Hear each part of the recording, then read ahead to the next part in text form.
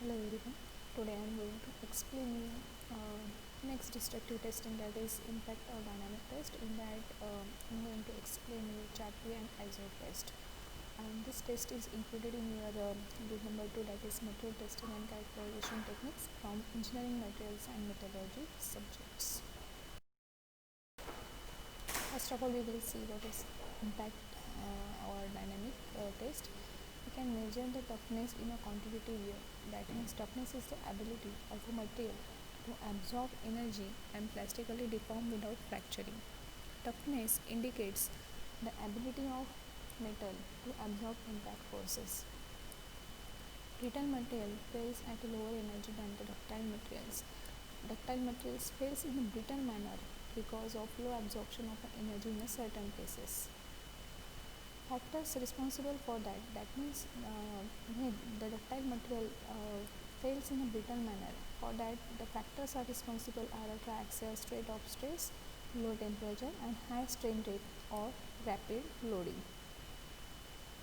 Hence susceptibility of materials for a little fracture under the existence of these factors determined by such tests which apply quick loads is called impact test. In test, no specimen are used because triaxial state of stress is developed at the root of notch. We have to decide at what impact at which impact a material is going to fail, and for that we have to consider three factors. That is, first one is the triaxial state, second one is the temperature, and rate of strain, that means rate of loading, and it should be impact or dynamic loading. So to develop the triaxial state, we are going to notch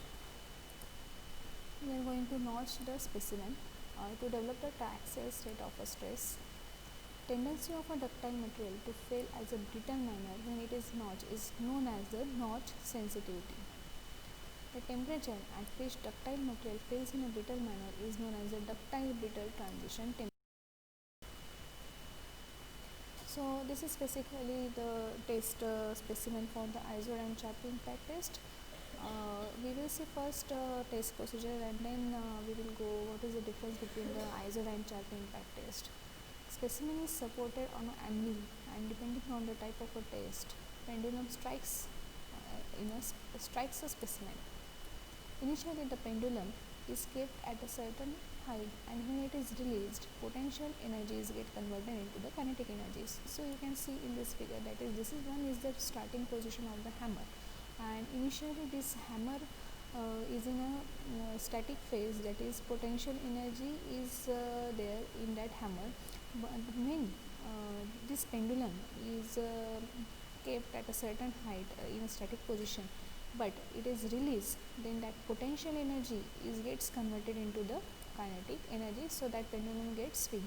Some part of the kinetic energy is used in a breaking of the material. Obviously, when hammer released from any particular position, that static energy is converted into the kinetic, and that some amount of a kinetic energy is utilized here to break the specimen, and remaining energy, because of that material or that hammer will continue to swing. The striking energy of a pendulum is measured by using the measuring scale. This one is the measuring scale. With the help of this, we are going to see the what is the striking energy of the pendulum. For testing different materials, the mass of a striking pendulum and position of a pendulum arm before release can be changes. The type of impact test, first one is the Chapuis impact test and ISO impact test. For both impact test procedure is same. What is the difference? We will see now. First of all, Chapuis impact test, certain mass is released from some distance above the impact point which strikes the specimen.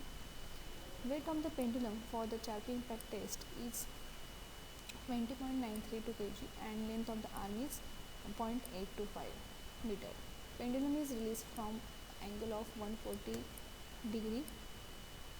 Standard specimen 10 by 10 by 55 mm and V notch is at the center is used. So this is basically things to remember for the Chapuis impact test, and main important point is for the Chapuis impact test, The specimen size is 10 by 10 by 55, and that V notch for the triaxial state development is at the center.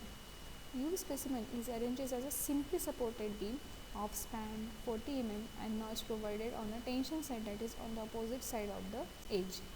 So basically you can see here V notch Charpy type specimen, keyhole notch Charpy type specimen, and V notch ISO type specimen. You can see for the Charpy impact test, the V notch is at the center, and even for that Charpy test, the specimen is held like a simply supported beam and notch is on the tension side. So like the as hammer strikes, then this notch is at the opposite side. Now next is the ISO impact test. Testing method is same. The difference is weight of pendulum is 20.79 kg, length of arm is 0.758 meter. Pendulum is released from the angle 85 degree 21 minutes, and the specimen dimension is 10 by 10 by 75 mm, but the V notch is at the 28 mm from the one end. Now we will see how toughness is going to measure in a quantitative way using this Charpy and ISO impact test. So toughness in Newton meter is equal to W into H1 minus H2. So H1 is initial height and H2 is the final height of the swing hammer. Now this is the difference from the ISO impact test. You can see here this notch is 28 mm from one end side, and this for ISO impact test, the test specimen is kept as a cantilever beam. Now what are the effect of variable for this test is velocity. If velocity of pendulum is greater than the critical velocity, then the impact resistance of material is sharply decreases. Hence maximum velocity that machine can produce is always kept below the critical velocity. Now so velocity of the hammer, it should be in a range 3 to 5 meter per second. Next, specimen decrease in a width or thickness decreases in a volume. So energy absorption ultimately decreases. So we have to take the optimum thickness of the specimen. Notch effect, increase in the sharpness of the V notch, that means energy of rupture is decreased. Next important variable is the temperature. Below certain temperature, brittle fracture, above this fracture is ductile. At some temperature, mode of the fracture changes, which is called transition temperature or transition temperature range. For a given material, transition temperature will be different for a different size and shape of the specimen. Transition temperature, you can say that it is equal to 0.1 to 0.2 into melting point. Now next is the brittle transition temperature. Sometimes ductile material will also fail in a brittle manner, and because of the temperature and because of the transition in a temperature, and that is known as a brittle transition temperature. But that temperature is depend upon the crystal structure of a material.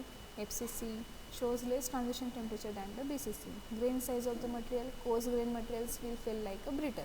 Alloying element and impurities, every 0.1% increase in a carbon increases the transition temperature by 25 degree Celsius.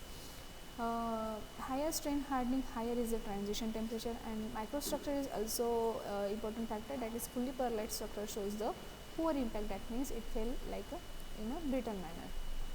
Now this is the difference between the Charpy and ISO impact test, and it is based on these factors, that is the impact tester for the Charpy weight is 20.932 kg, while in ISO it is 21.79 kg. Length of the arm for the Charpy is 0.825 meter, for the ISO it is 0.825 meter. Pendulum release angle for the Charpy is 140 degree, while in ISO it is 85 degree 21 minutes. Impact energy for the Charpy is 300 joules, while for the ISO it is 162 joules. Impact velocity for the Charpy is 5.346 meter per second, while for the ISO is 3.856 meter per second. Specimen size for the Charpy, this one is important factor, that is it is 10 by 10 by 55 mm, and for the ISO it is 10 by 10 by 75 mm. But the notch for the Charpy, V notch at the center, for the ISO V notch at the 28 mm for the one end. This is also one of the most factor. Position for the Charpy as a simply supported beam with a span of 40 mm and notch on the tension side, and in ISO as a vertical cantilever with the notches on a tension side. So basically these 8 important factors, all are important factors, and these differentiate the Charpy and ISO impact test. So this is all about the Charpy and ISO impact test. To measure the toughness of any specimen, we are going to use this Charpy and ISO impact test. Thank you for the listening. Thank you.